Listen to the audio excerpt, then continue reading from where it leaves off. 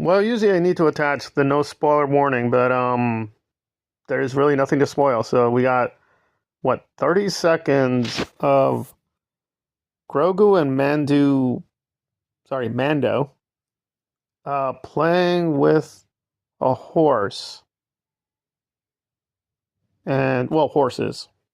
Want to be as exact, and against the Star Wars universe, not literal horses. So there we go. Got those horses. I will say this. At the very beginning, I was very excited because I think, oh, we're going to get more with the AT-ATs, right? This very snowy background. No. Then they close in and it's like, oh, it's Mando and Grogu and they're riding around. And that's it. They're riding a little bit with the horses. Oh, Grogu touches one of the horses at the end. Okay.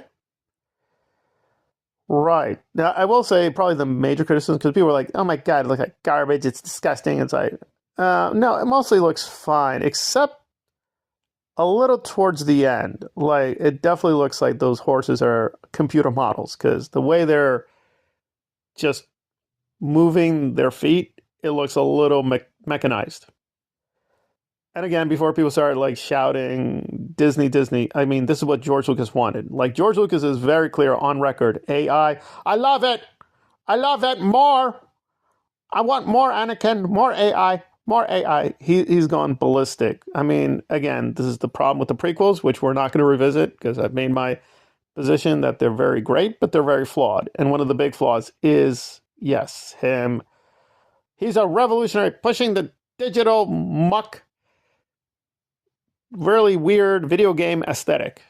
And again, I love that look for the video games, right? We just have to accept video games have that limitation. You can keep pumping up the right memory bits, but you are going to reach a level where, there's going to be a trade-off. But it is great that they've done some things like Final Fantasy VII. I think that's great. But trying to import that to movies will always be a little strange and not even necessary sometimes. Okay, so it does have a very, some weird moments, some PS3 weird moments at the end. But otherwise it looks fine, but it's like, okay, what is the point of this? But some people were doing, there was very stupid online comments saying, I don't have a clue what the movie is. Really? They gave you tons of clues. They're not hiding it. They gave you the huts. Like Mando is fighting people in a pit. It's going to be pretty obvious. It's some adventure with the huts, some characters from Rebels. Like, there's not much of a story here. Sigourney Weaver gives Mando a job. Grogu, Mando do the job. We have Easter eggs with other characters. That's about it. That's about it. But people are complaining, the TV show put together. Apparently they don't know how Hollywood works. That happens a lot. Like, things that are packaged as a movie, we're technically a TV show. Again, I'm not saying Grogu is in that level, but technically Psycho was that, because, people are stupid and don't do any research at all into anything. But hey, whatevers. Whatever, Anakin. So, what is this really communicating? Well, it's not much more on the plot, aside from, I guess, they're going to visit different planets. Great. Maybe Hoth. Who knows? But it's definitely communicating that this is going to be a very, very family-friendly film, which again is a big selling point, that the Mando is, right, has this kind of father-son relationship with Grogu. They're a family, so on and so forth. But, and again, that is very on brand for Disney. And Lucas himself did do a lot of just mindless, family-friendly stuff. And I've defended Phantom Menace, but good or bad, Phantom Menace intentionally is meant for a young audience. Good or bad, it's meant for a fairly young audience, right? You can at least tonally and thematically justify, okay, it's the beginning, Anakin is very young, the characters are younger, right? They're brighter, more optimistic, so on and so forth, right? I can defend Phantom Menace, but come on, Return of the Jedi had the Ewoks, it had very juvenile things to sell to a young audience. So now they're just doing Return of the Jedi.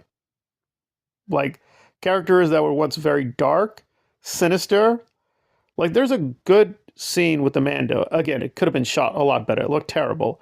But the point is, he basically kills someone in a very clever way. It's nice, it's short, it's brutal, right? And so the early things they did with the Mandalorian, where he was fairly brutal and would just kill people, show no mercy. Now we have him riding with a horsey. So you're shaking your head. You know, it's like, okay, I get it. This will be, even calling it PG rated will be really stupid. I mean, maybe they'll do some violence.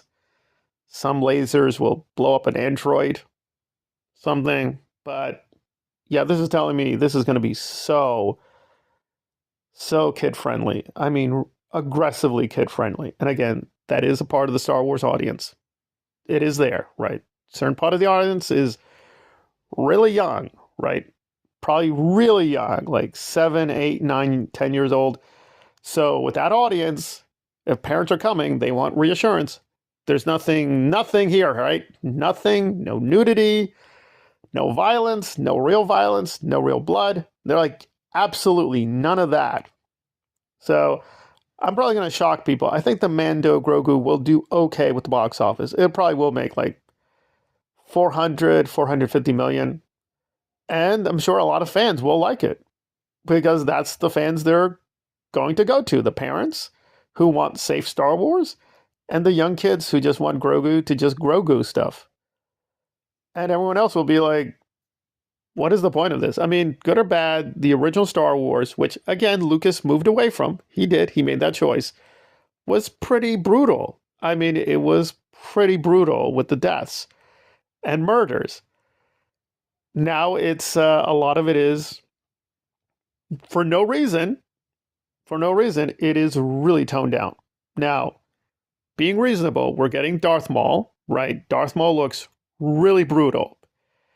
Oh, right. I have to keep correcting myself. It's Maul because the Darth was taken away. I mean, this is another problem. Like, you have to keep up with 20 novels and 20 other series to be like, is that Darth Maul? Well, it's Maul. The Darth is gone.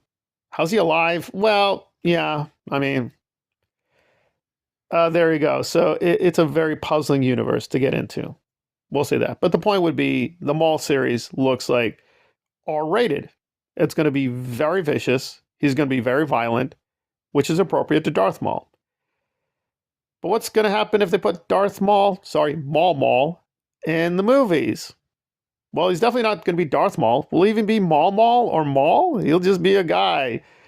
He'll twirl the sabers and then walk away, because if you're not going to have Maul chopping things down, there's not much to show. I mean, that's his whole point. Even Phantom Menace had that. Like, the guy was pretty brutal there too. So, I mean, it's a thin edge.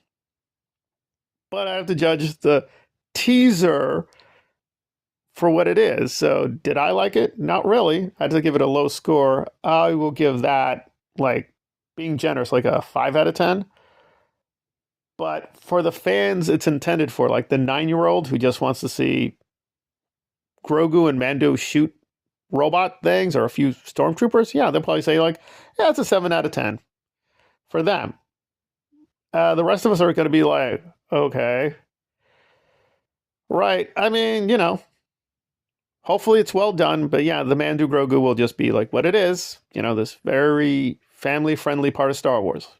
It could be Return of the Jedi. Yeah, it's very flawed, but, it has some good sequences. The story's silly. It makes no sense. There's no point to it, but, they got to make money, so they're going to just push the Return of the Jedi button again. And I know some people are like, Return of the Jedi had that very serious emotive journey with Vader and Luke, and they just touched one and said, Daddy, you killed like 10 billions of people, but I'm okay now. I don't know. I mean, I'll say this for the prequel trilogy. It didn't ruin Darth Maul, right? He was a Maul when he began. He was a Maul when he kind of got killed. He was Darth Maul at the beginning. He was Darth Maul at the end. Now, I guess Maul will be Maul in a animated show, but cinematically, he hasn't been ruined yet. So there's that. But yeah, I mean, Return of the Jedi was so laughably stupid. I cannot believe how childish it is. But hey, you know, Vader was happy. You forgave me, son. Tens of billions of people, really? Who cares? Yes, who cares? You're my daddy. You get to be Force Ghosty. Right. Well, maybe they're not going to do anything as catastrophically stupid, but that's the problem. When you make everything so childish, it's like all bets are off. But hopefully, you know, Mando will, you know, play around with Grogu in the huts and, you know, do something more interesting and vicious. And the TV show, because they're saying the TV show will continue. So hopefully the future Mando will actually, you know, do interesting things. But for now, he will just be playing with horses in the huts. Coming this summer, I guess.